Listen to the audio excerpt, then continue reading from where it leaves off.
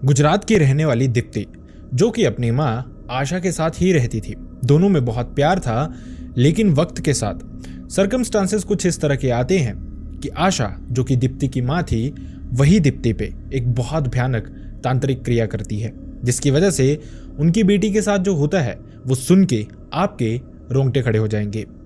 माँ के बारे में हमने यही सुना है कि माँ ममता की मूर्त होती है, लेकिन आज का ये गुजरात का इंसिडेंट आपको सोचने पे मजबूर कर देगा कि क्या ये बात सच है या फिर इसमें कोई झूठ तो नहीं है।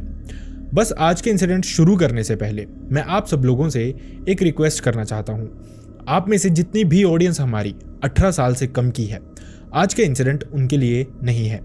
अगर आपकी उम्र 18 साल से कम है तो आप ये वीडियो अभी के अभी छोड़ के जा सकते हैं। बाकियों के लिए चलिए शुरू करते हैं। Hi and welcome back everyone. First of all thank you so much हमारी वीडियोस को इतना प्यार देने के लिए। आपका प्यार इसी तरह से मिलता रहेगा तो वीडियोस भी इसी तरह से आती रहेंगी। बस अपना प्यार इसी तरह से दिखाते रहना। और साथ ही अगर आपको हमारी वीडियोस पसंद आते हैं तो वीडियोस को लाइक करना ना भूलें, और साथ ही कमेंट सेक्शन में अपनी सिटी, स्टेट या फिर कंट्री का नाम लिखना बिल्कुल भी ना भूलें। इससे हमें मोटिवेशन मिलती है। आप अपने इंसिडेंट कैसे शेयर कर सकते हैं ये आपको वीडियो के एंड में पता चलेगा। अब बढ़ते हैं इंसिडेंट की तरफ। आज का इंसिडेंट हमारे साथ शेयर किया गुजरात की रहने वाली दीप्ति ने। दीप्ति ने बताया इस सारे इंसिडेंट की शुरुआत उनके घर पे 2007 से हुई थी, क्योंकि 2007 में उनके पिता की मौत हो गई थी। ये जो इंसिडेंट था ये उनकी फैमिली के लिए, इनफैक्ट दीप्ति और उनकी माँ के लिए, उनको तोड़ के रख देने वाला था, क्योंकि इनकी फैमिली में और कोई भी नहीं था। दीप्ति की जो माँ थी, जिनका नाम आशा था, वो एक हाउसवाइफ थी। सिर्फ कोई काम करने का जरिया नहीं था और कोई भी उनकी सेविंग्स भी नहीं थी। शुरुआत में रिश्तेदार थोड़ी सी हेल्प करते हैं, जितना उनसे होता है वो करते हैं, लेकिन वक्त के साथ दीप्ति की एजुकेशन भी पूरी करवानी थी, उसको कॉलेज भी भेजना था।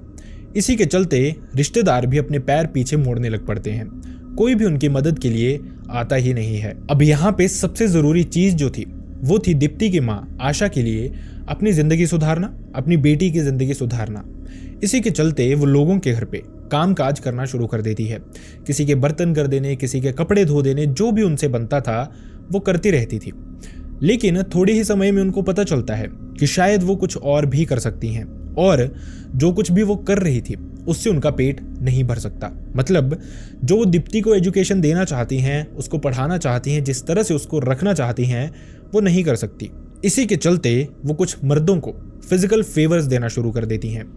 ये बात शेयर करना दीप्ति के लिए बहुत मुश्किल थी, लेकिन साथ ही दीप्ति ये भी चाहती थी कि हम ये इंसिडेंट लोगों तक पहुंचाएं, जिससे लोगों को समझ आए कि किस तरह के लोग अक्सर होते हैं और ऐसी सिचुएशंस भी कभी कभार लोगों के घर पे आ सकती है। खैर, दीप्ति ने बताया इसके बाद उनकी माँ जो आशा थी वो लोगों को फिजिकल फेवर देने लग पड़ती हैं।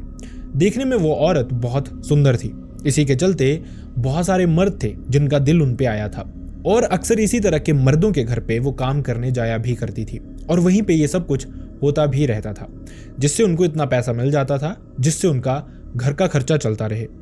दीप्ति ने बताया इस सब के बारे में उसकी माँ ने ऑब्वियसली उनसे कभी भी शेयर नहीं किया था, लेकिन इस तरह की जो चीज़ें होती हैं वो छुपाए छुपती नहीं हैं, जल्दी ही लोगों के सामने आ जाती हैं, अपनों के सामने भी आ जाती हैं। दीप्ति ने बताया इनिशियली उनको शक तो था कि ऐसा कुछ हो रहा है, क्योंकि उनकी उम्र भी इस समय 20 साल के आसपास की ही थी, लेकिन धीरे धीरे लोगों के थ्रू समहाउ उनको पता लगना शुरू हो जाता है। उनको ये बात बहुत बुरी तो लगी थी, लेकिन उन्होंने अपनी माँ को अपोज नहीं किया, क्योंकि वो जानती थी उनके घर की फाइनेंशियल कंडीशन कैसी रही है और कैसी जगह से वो उठ के बाहर आए हैं।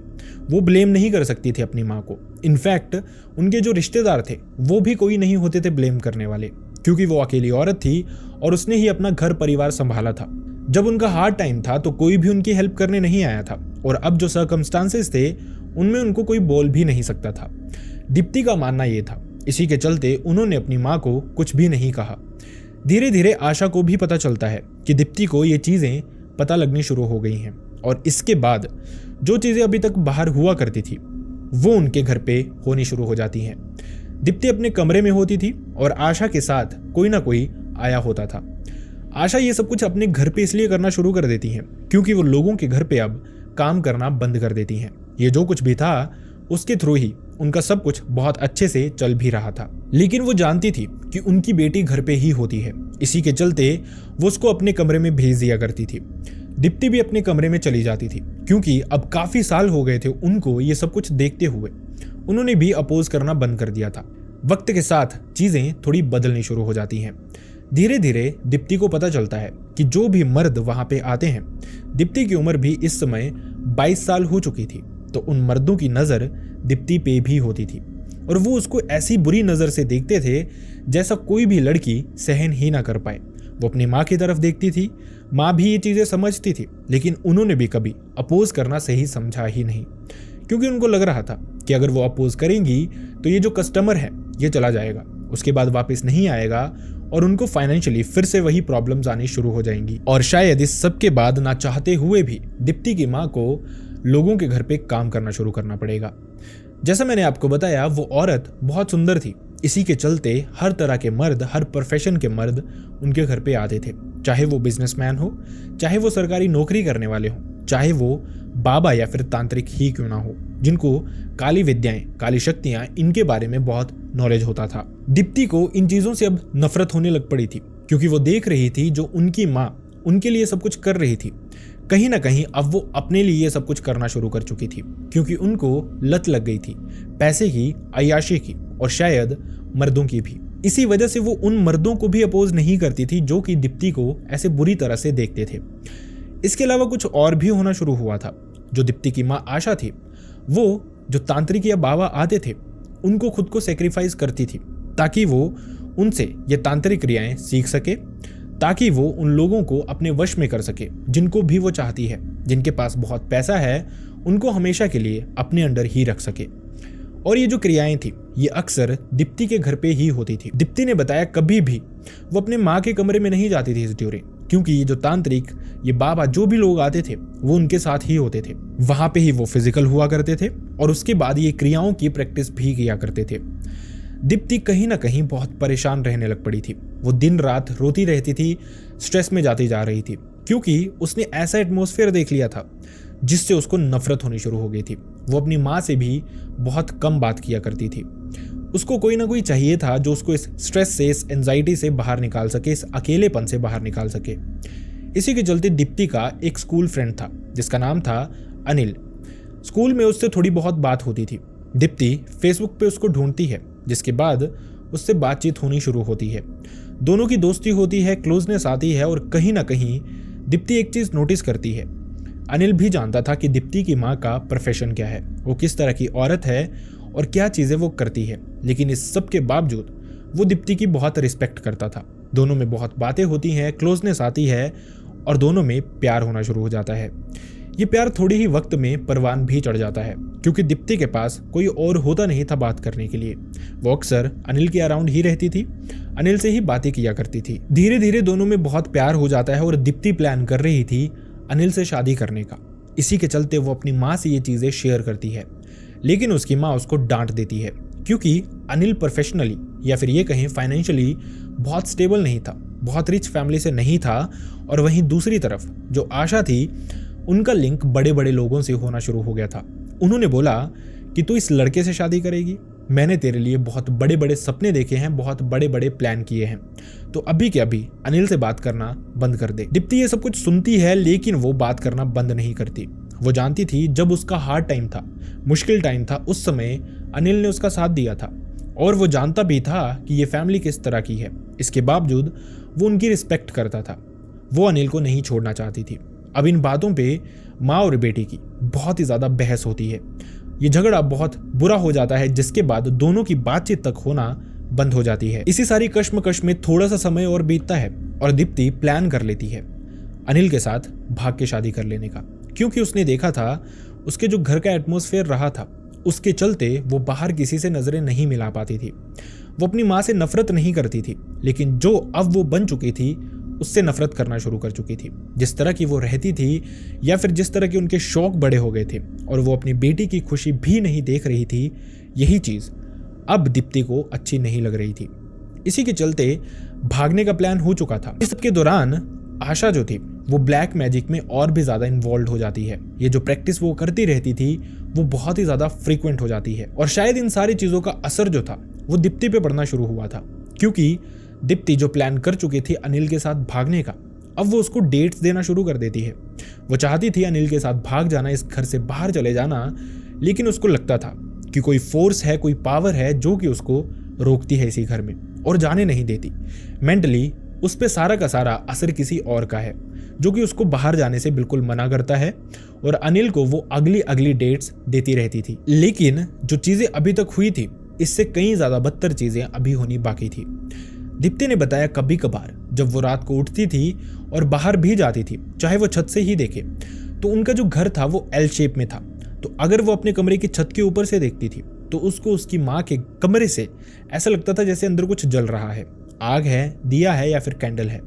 और इस सब में उसको अपनी माँ की चीखें सुनाई देती थी। ऐसा लगता था शायद उन्होंने खुद को किसी को सेक्रीफाइस किया है। ऐसा लगता था शायद वो कुछ क्रियाएं कर रहे हैं और शायद वो पजेस हो गई हैं, क्योंकि इस दौरान वो कमरे में अकेली ही हुआ करती थी।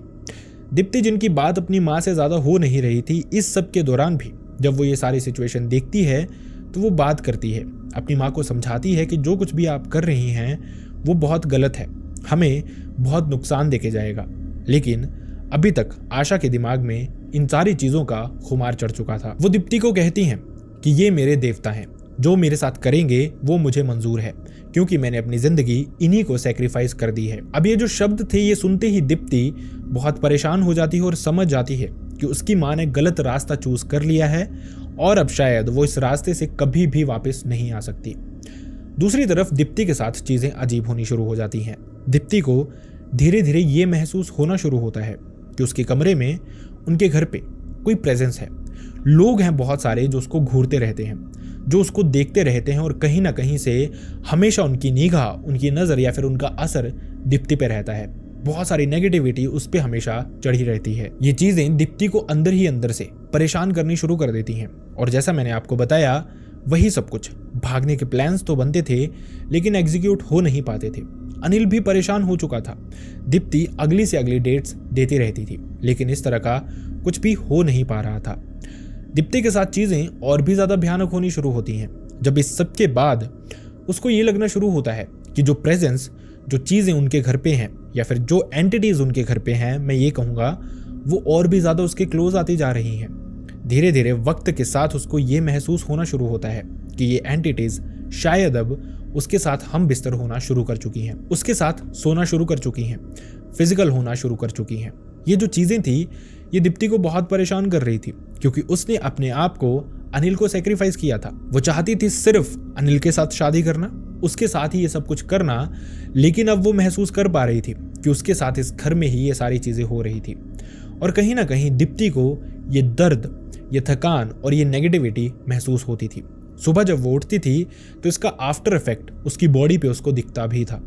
वो समझ गई थी ये सारी चीज़ें जो हो रही हैं वो कहीं ना कहीं उसकी माँ की तरफ से ही आ रही हैं। जो चीज़ें वो कर रही हैं, जिन चीज़ों में उनकी इन्वॉल्वमेंट है, वही उनको परेशान कर रही हैं। लेकिन वो कुछ कर नहीं पा रही थी। अपनी माँ को रोकने की कोशिश करती थी लेकिन चीज़ें बद से बदतर हो जाती थी। जब भी वो अपनी माँ से इस टॉपिक पे बहस करती थी कि जो पूजा पाठ या फिर जो चीज़ें वो कर रही है किसी और चीज़ की, किसी और एंटिटी की, वो करना बंद कर दे, वो उनको हार्म कर रही हैं, उसी रात दीप्ति को बहुत परेशानी होती थी। उसको लगता था कोई एंटिटी है जो उसको मार रही है, पीट रही है और उसका गला घोट रही है। ये सब कुछ उसके साथ सोए सोए होता था, लेकिन इसका जो दर्द होता था अगले दिन भी उसको होता था। शरीर पे ब्रूजेस होना, ये थकान होना, ये क्लियरली वो महसूस कर पा रही थी, लेकिन चाह के भी वो अनिल से भी शेयर नहीं कर पा रही थी। माँ के साथ तो क्या ही शेयर करती, शायद ये सब कुछ हो ही उनकी वजह से रहा था। इसी सब के चलते दीप्ति को बहुत ही ज़्यादा स्ट्रेस, एंजाइटी होनी शुरू हो जाती है। कभी कभार उसको पैनिक अटैक भी आते थे। उसका सांस अचानक से रुकना शुरू हो जाता था।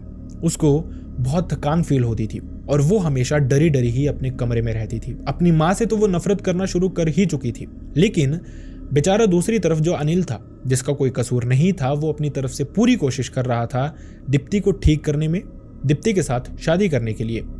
उससे भी दीप्ति को नफरत होनी शुरू हो जाती है। ना वो अनिल के मैसेजेस का रिप्लाई करती है, ना ही फेसबुक पे या फिर टेक्स्ट मैसेजेस जो उसको आते थे उसको रिप्लाई देती थी।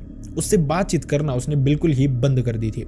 बस अपने कमरे में रहती थी, रोती रहती थी, चिल्लाती रहती थी। इस सब के अलावा कुछ और भी चीज़ें थी दीप्ति अक्सर ऐसा कभी कभार लगता था जैसे वो पोजेशन में चली जाती थी, बहुत परेशान हो जाती थी और कुछ ना कुछ उस पर हावी हो जाता था। घर में यहाँ वहाँ भागना, रोते रहना, आंखें लाल हो जाना और चीखना चिल्लाना, ये सब कुछ बहुत नॉर्मल सी बात थी। अड़ोस पड़ोस में जो लोग रहते थे वो जानते थे कि आशा किस तरह की औरत है। इसी के चलते कोई भी उनके घर में इन्वॉल्वमेंट लेता ही नहीं था। ये जो तांत्रिक था वो उनके घर पे बहुत फ्रीक्वेंटली आता था। ये ब्लैक मैजिक प्रैक्टिस भी होती थी, लेकिन इन सारी चीज़ों का असर शायद सिर्फ दीप्ति पे पड़ रहा था, या फिर ये कहें कि जानबूझ के जो कुछ किया गया था वो दीप्ति पे किया गया था, ताकि वो अनिल के साथ भागे ना, अनिल के साथ शादी ना करे और अनिल से अपने आप ही दूर भी हो जाए। ये चीज़ें शायद कहीं ना कहीं इनिशियली वर्कआउट कर भी रही थी। दीप्ति धीरे धीरे अनिल को डेट्स देना शुरू करती है, उसके बाद नफरत करना शुरू करती है और उसके बाद बातें भी बिल्कुल बंद कर देती है। जो काम चाहिए था शायद, जो दीप्ति की माँ करना चाहती थी इस तांत्रिक के थ्रू, वो हो भी गया था। अभी तक चीज़ें क्लियर तो नहीं थी कि उन्होंने ही ये सब कुछ किया था, लेकिन दीप्ति के दिमाग में ये चीज़ें थी कि शायद वही सब कुछ कर रही है। वक्त बीतता जाता है, दीप्ति वीक होती जाती है, पैनिक अटैक रेगुलर बात हो जाती है और वो किसी से भी बातचीत करना बंद ही कर देती है। इनफैक्ट जो दीप्ति का फ़ोन था जिसपे वो हमेशा ही रहती थी, वो स्विचड ऑफ रहता था 3-3 दिन लगातार। जब तक आशा उसको चार्जिंग पे ना लगाए तब तक वो फ़ोन बंद ही रहता था। दीप्ति को खबर ही नहीं होती थी। वो अपने कमरे के एक कोने में चुपचाप बैठी रहती थी। खाना नहीं खाना, बातचीत नहीं करनी और हमेशा डरे रहना। सांस उसकी फूली रहती थी और उसके शरीर पे ये जो घाव थे ये बढ़ते जा रहे थे। ऐसा लगता था उसको बहुत फ्रीक्वेंटली कोई परेशान कर रहा है, कोई मारता है, कोई पीटता है और शायद उसको अपने कंट्रोल में लेने की कोशिश की जा रही है। या फिर शायद ये हो रहा है कि वो दीप्ति को धीरे धीरे बिल्कुल ख़त्म करना चाहता है। लेकिन क्या ये पॉसिबल है? क्या कोई माँ अपनी बेटी के साथ ऐसा कर सकती है? नहीं लगता ना। शायद इस मामले में भी ऐसा नहीं था कंप्लीटली। जो दीप्ति को लग रहा था वो सच नहीं था। शायद उसकी माँ ने चीज़ें कुछ और करनी चाहिए थी और कुछ और चीज़ें हो गई थी। इसका खुलासा थोड़े ही वक्त में होने भी वाला था। दीप्ति ने बताया उसकी माँ एक दिन खुद को ही ख़त्म कर लेती है अपने कमरे में, और इससे पहले उन्होंने कुछ बताया था दीप्ति को। इसी के चलते दीप्ति को अपनी माँ के जाने का कोई दुख नहीं होता है, कोई तकलीफ नहीं होती है। इनफैक्ट उसको अब और भी ज़्यादा नफरत हो चुकी थी अपनी माँ से। ऐसा क्या बताया था उन्होंने? यही दीप्ति ने हमें आगे बताया। दीप्ति ने बताया कि उनकी माँ ने जब उनकी ये हालत देखी जिसमें दीप्ति एकदम पागल होनी शुरू हो गई थी, फिजिकली उसके साथ कोई इंटीमेट होता था, रात को सोता था, जिसकी वजह से वो बहुत ही ज़्यादा परेशान हो गई थी। ये चीज़ दीप्ति की माँ से नहीं देखी जाती है। तो आशा इसके बाद दीप्ति को एक्सप्लेन करती हैं कि असल में इस सब का जरिया क्या है। आशा ने दीप्ति को बताया कि असल में जब उनको पता चला था कि वो अनिल के साथ शादी करना चाहती है, उनको डाउट था कि शायद वो उसके साथ भाग ना जाए। इसी के चलते सबसे पहले तो उन्होंने दीप्ति पे वशीकरण करवाना शुरू किया ताकि वो वही चीज़ें करे जो उसकी माँ चाहती है। और ये सब कुछ हो रहा था उसी तांत्रिक के थ्रू जो उनके घर पे आता रहता था। ये चीज़ें बढ़ती जाती हैं और धीरे धीरे दीप्ति पे इन चीज़ों का असर भी होता जाता है। दीप्ति पे ये चीज़ें करना कोई मुश्किल बात नहीं थी, क्योंकि आशा ही उसको खाना दिया करती थी, आशा ही उसको पीने की कोई चीज़ दिया करती थी, और इन चीज़ों में कोई भी क्रिया करके कोई सामान मिलाना उनके लिए बड़ी बात नहीं थी। धीरे धीरे ये चीज़ें उसी तरह से हो रही थी जैसा आशा चाहती थी, लेकिन इसके बाद चीज़ें उसके हाथ से निकल जाती हैं। आशा ने दीप्ति को बताया ये जो शैतानी शक्तियाँ थी या फिर जो भी एंटिटीज थी जिनकी वो पूजा किया करती थी, वो पहले खुद आशा पे ही हावी होती हैं, उसके साथ फिजिकल होना शुरू होती हैं, उसको परेशान करना शुरू करती हैं, उसको पजेस करना शुरू करती हैं। लेकिन कहीं ना कहीं आशा ने चीज़ें अपने तक ही रखी थी, क्योंकि उनको लगता था कि शायद ये मुझे परेशान करेंगी लेकिन मेरी बेटी को हार्म नहीं करेंगी।